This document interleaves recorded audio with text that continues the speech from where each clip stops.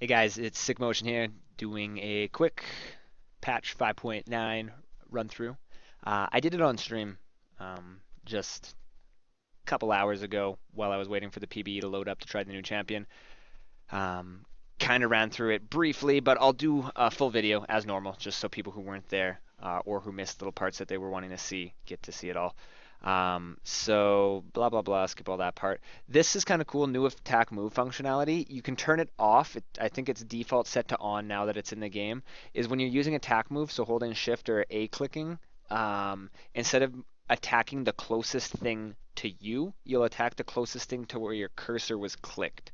So if you misclick the AD carry or misclick who you're focusing, you won't accidentally um, shoot, say, a minion if the champion's closer to the cursor than that minion is. If your cursor misses by that much that you hit the minion still, you probably screwed up pretty bad.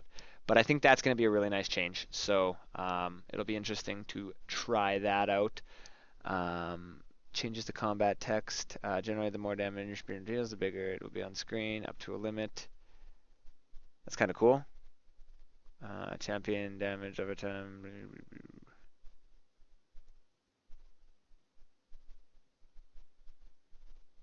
That's kind of cool.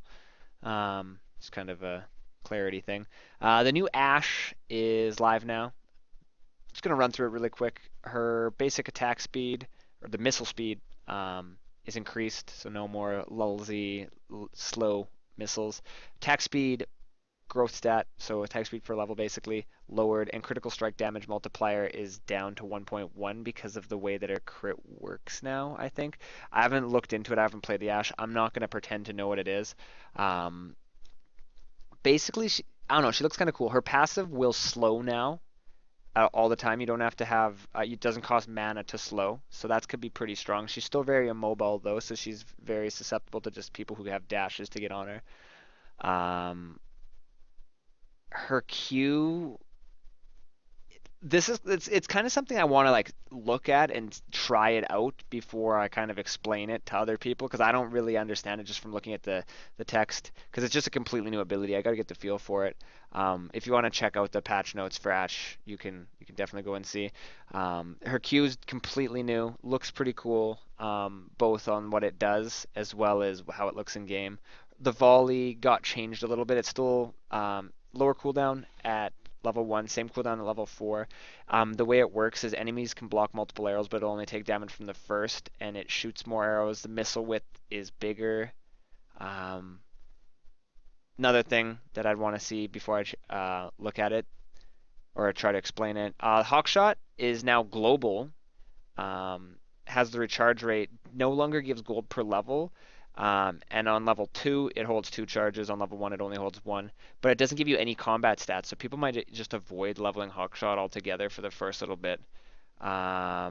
Enchanted Crystal Arrow now slows for frost shots, current value. So, bunch of changes to there. But like I said, I'm not gonna waste too much time pretending to know what's going on there.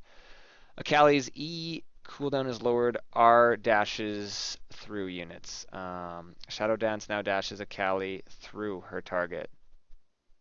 So that's kind of cool. So you'll be able to cut off their escape, and I guess it'll take you further. So that's actually quite a buff in most situations. Her E also has a better AP ratio, and look, every 1 second is the cooldown on Crescent Slash. With cooldown reduction, that could be a point 0.6. She's the new Hecarim.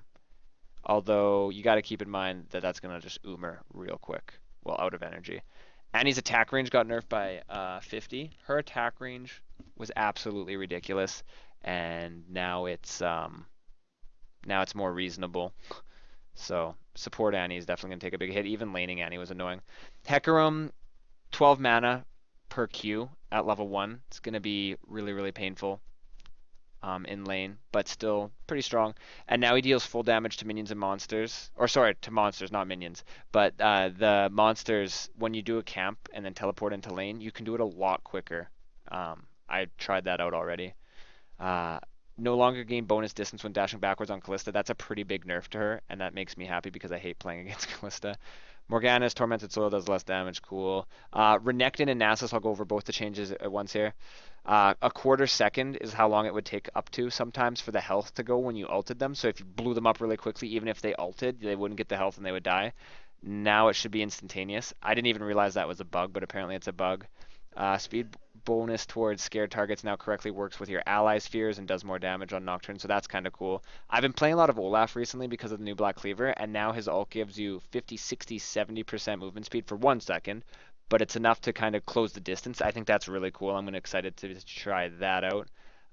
Renekton's stun, in addition to the ult change, his stun has 50 bonus range and stuns you on empowered cast for less time, so you're less time and Hydra reliant, and that 50 bonus range is pretty crazy. Riven's base move speed was reduced by 5. That doesn't really matter, but because she moves around with her abilities, not by walking, and the wind slash missile speed was reduced as well, which is kind of nice. You can kind of outplay it a little better, but lots of times you wouldn't even have to use the second cast. You would just die. Okay, Rise no longer one-shots people with Mirror Mana. That was a fun, unintended thing, but now it's out of the game. I had some fun with it. No longer triggers single target effects on instance of damage beyond the first cast, so not the bounce back. Arcane Mastery's icon is great at difference charging and ready states. That's kind of just nice for clarity. Apparently there's a bug where Desperate Power's buff expiring would cause other spells to not go on cooldown. So Rise was stronger than intended, and no one was playing him yet. So, well, they won't be able to take advantage of that. Bonus damage per stack on Explosive Charge is up, and Gotta Shoot Fast, the cast time of her spell is now reduced by attack speed, which is kind of cool. Trundle, nice little quality of life, and actually pretty usable buff here. His pillar slows for 5% more per level, and it knocks them back 75 units further, which is almost a full Teemo. You have a distance, so that's actually quite a lot. And that could really out of position someone who's already a little bit out of position to get hit by that. Zin's knockback now applies a 3/4 second stun, kind of like Alistar's headbutt, which is going to be a nice little quality of life thing for him. And Zed's Death Mark now has a 1 second cooldown before he can reactivate it and return to the shadow. So a lot of the really flashy, instantaneous, use it and then get back out escapes, not going to be doable anymore. They changed Cinderhulk, so now it does 100% bonus damage to monsters, but its base damage is lower and doesn't scale. I think, just looking at it roughly, it's around the same damage. I think it's a little less. Don't quote me on that. But its damage is definitely less because its base damage was nerfed and it doesn't scale for doing damage to champions. So they're kind of showing it as jungle clear item rather than do damage to enemy champions item. And the skirmisher smite is down from 6 seconds total debuff duration to 4.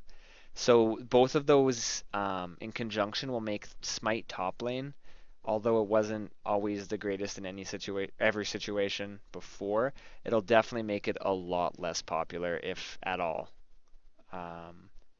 Dragon got a bit of an attack per second buff, and base damage was increased by 25.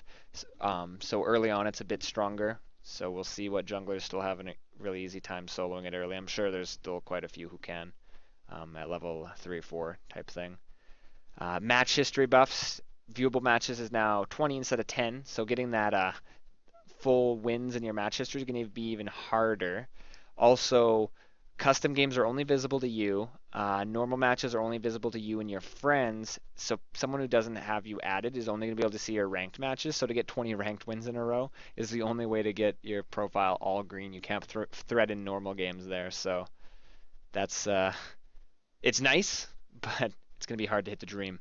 Also, all of the web-based viewing stats in match histories, well, not all of them, but a lot of them will be visible right in the client, which is going to be really convenient. Couple bug fixes and a bunch of new skins coming out. Sailor Moon Lux, all the Samsung white skins, And then King of Clubs, Queen of Diamonds, and Wildcard Shaco. Kind of looks pretty cool. Oh, Ace of Spades Ezreal. Ezreal got another skin because he totally needed one. Awesome. All right. Yeah, I thought that one was going to be a little bit shorter because I wasn't going to talk too in depth about the Ashe since I wasn't overly familiar with the change yet for myself. I haven't really looked into it in game. But thanks for watching, guys. Hope it helped you guys in some way or another. And other than that, take it easy till next time. And remember to hit the subscribe button here. Check out the stream link and all my other social media down below the video here. Like it if you enjoyed it and you found it helpful. And we'll see you next time.